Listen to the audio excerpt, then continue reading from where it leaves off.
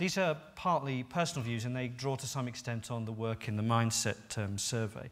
You know, there is no doubt that many of the things that have made us so successful, one of the really interesting things about me about coming to Richmond House is learning how successful, how well regarded the NHS is among government departments in terms of the level of change we've received. We're seen as being phenomenally successful in delivering on a series of challenges.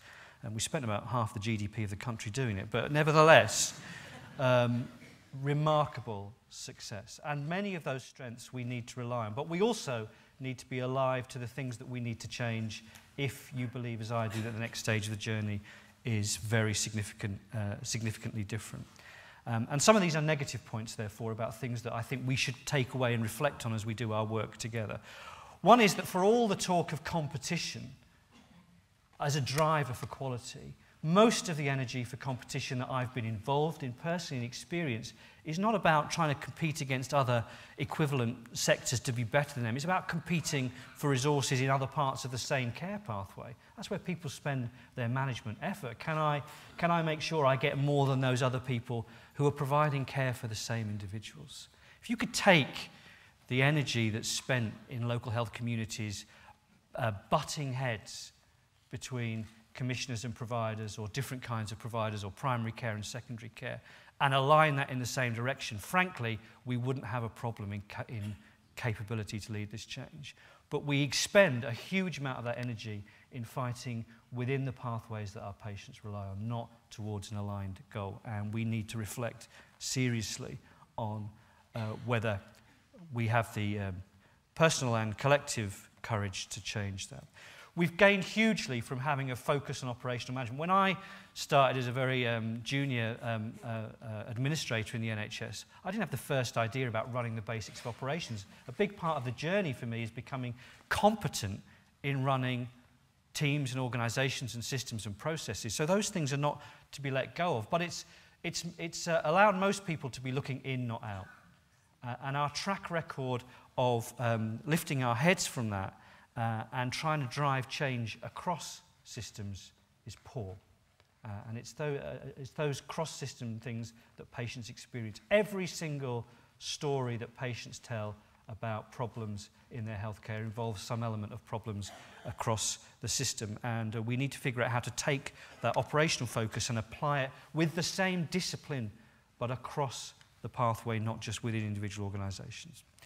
The next one I think is interesting and often unspoken, and needs to be spoken if we're to make this kind of work a success, which is the trust and respect for capability of leaders in other parts of the system is often low.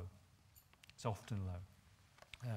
It's good sport in any conference bar to hear acute trust chief executives slagging off PCTs for their perceived level of capability, or to hear PCTs slagging off acute trusts for their venal greed in the way they run services, or to hear primary care criticising clinicians, criticising secondary care, or vice versa.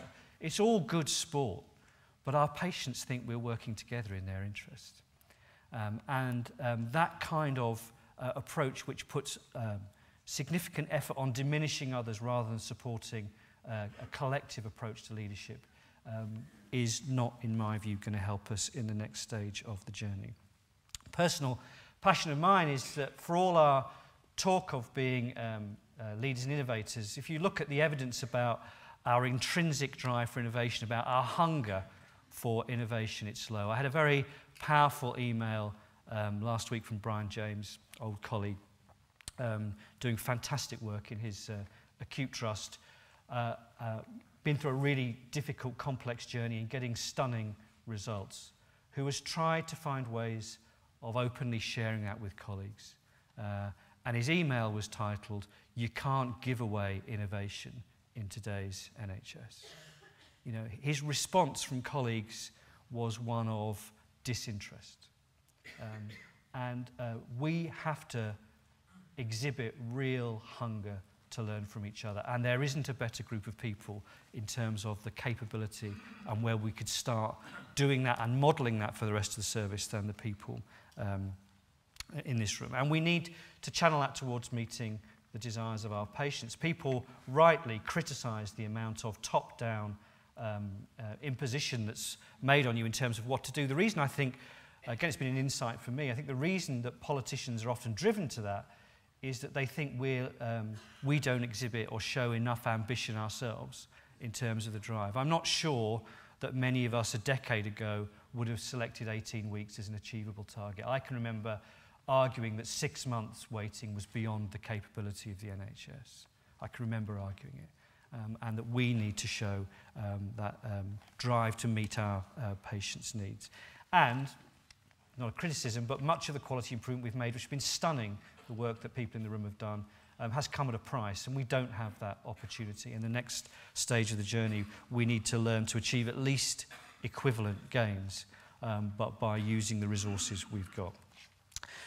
This is one of the slides. We'll make sure that the mindset survey that McKinsey's ran with us gets out to people so you can draw your own conclusions. It's one of the slides looking at those values that people identified as most important. Firstly, on the left, in terms of the current culture, what reflects how we feel now, and then on the right-hand side, in terms of where we'd like to be. There are some interesting things in there. Firstly, I think it's fantastic that quality is right at the top of those lists in terms of what we think is and will be important. This refusal to let go of quality as the organising principle, as David was describing, seems to come through that survey and should give us some reassurance. I've also highlighted in there some of the things that I think relate to the things I was talking about. There's a desire in the future service, not necessarily as well reflected in the current one, to make us customer focused, to empower change, to have that drive for excellence, and to become a service in which innovation is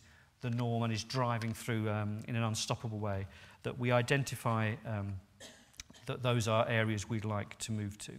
What the survey doesn't say is it doesn't talk to some of those more difficult and darker sides about our respect for each other's capability and role that I think are important. So there is good stuff in there that I think should inform some of the discussion this afternoon, because it's not enough just to name these things. The question is how we develop that capability. But I would like us also not to shy away from the kind of the underbelly issues that are less well reflected.